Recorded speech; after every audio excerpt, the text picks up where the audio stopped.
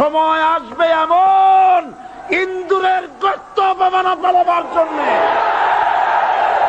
তোমার দলের চাকা উপরে আছে বলে যারা মানুষের উপরে জুলুম করছো, আলেমদেরকে ধরতেছো, মুসল্লিদেরকে ধরে ধরে জেলে ঢুকাচ্ছ, সময় আসবে এমন ইন্দুরের গর্ত অপমানা পালাবার জন্য।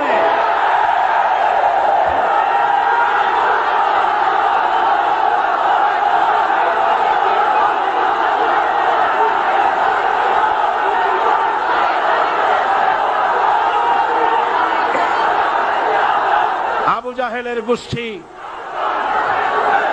জাহেলের গোষ্ঠী মনে করেছে সোজা আঙ্গুলে ঘি যখন উঠলো না, আঙ্গুল বাঁকা করতে হবে। শুরু হয়ে গেল অত্যাচার, শুরু হয়েছে না? হযরত সুমাইয়া রাদিয়াল্লাহু তাআলা আনহা কি নির্মম ভাবে, নিষ্ঠুর ভাবে তাকে শহীদ করা হলো। খাব্বাব, হুবাইব, হযরত খাব্বাব রাদিয়াল্লাহু তাআলা আনহুকে দেখে হযরত ওমর একদিন বলছিলেন, খাব্বাব তোমার পিঠে এত গর্ত কেন?